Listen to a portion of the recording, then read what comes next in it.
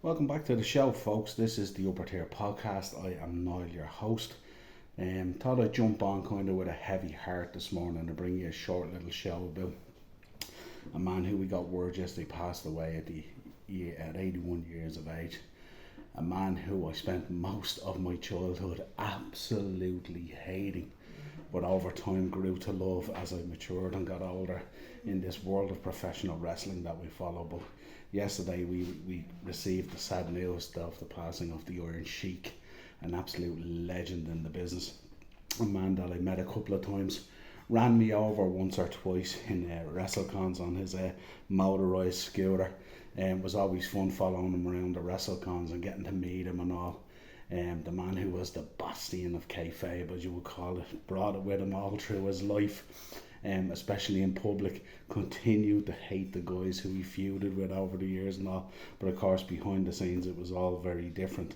But very sad to see this man pass away.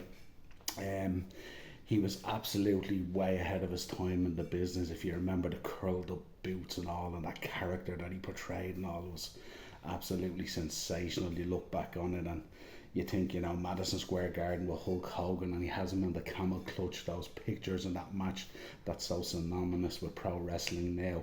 When you think about it, a few weeks ago we lost superstar Billy Graham as well, very, very sad.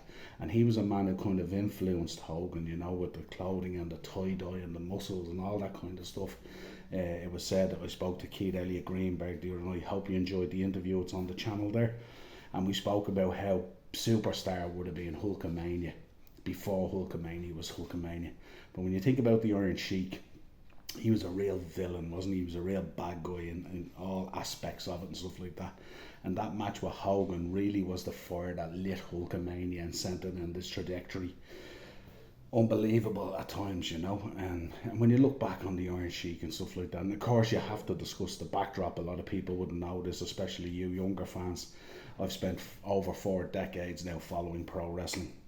But I remember back to that time, and the backdrop was kind of like the Cold War, and it was Reagan and all being absolutely crazy doing his stuff, and Gorbachev and the threat of nuclear war and all held above us to the point where people were kind of going out and stockpiling tin food and all this kind of stuff. We really thought that a nuclear war was going to kick off and stuff like that, and Reagan was sending the jets into Tripoli and all, doing all that kind of mad stuff at the time. Economy was on the floor, and the threat of everything and stuff like that. The depression and recession was mild in describing it and stuff like that.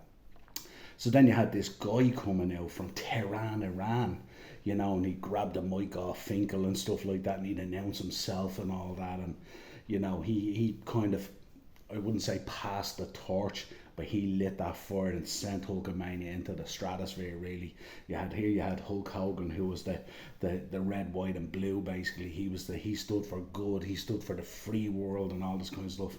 And in the other corner, you had the Iron Sheik, the bad guy who represented Tehran, Iran, and all that kind of thing, who were seen as the huge enemy at the time and all.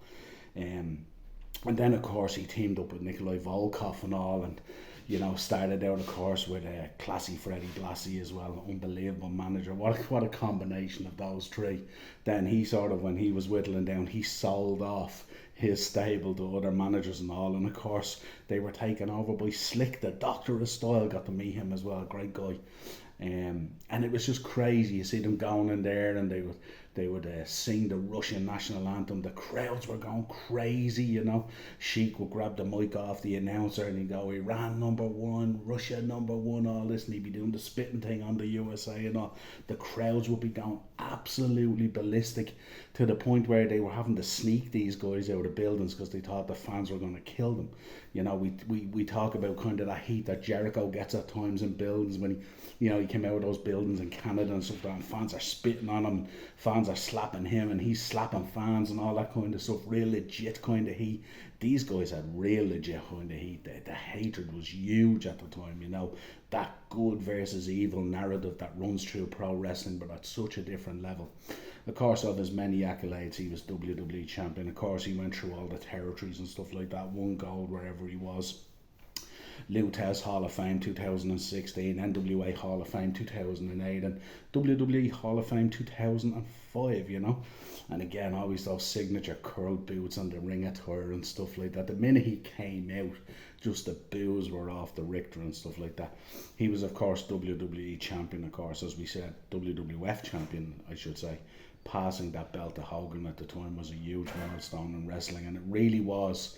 It really elevated WWF to that next level, and then of course we know the path went on from WrestleMania 1 all the way up to now heading to WrestleMania 40 in Philly. He was tag team champion with Nikolai. When you think about that combination of himself and Nikolai and Slick and all, crazy stuff at the time, you know.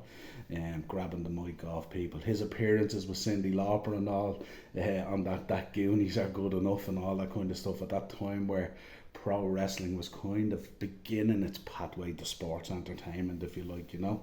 Later on in his life, of course, he was involved in the Howard Stern show and all that kind of stuff, and of course, being on shows like that and all, they tried to sanitize him a little bit, but how could you sanitize the Iron Sheik? I mean, the Iron Sheik is just a cheeky baby, so really impossible, you know.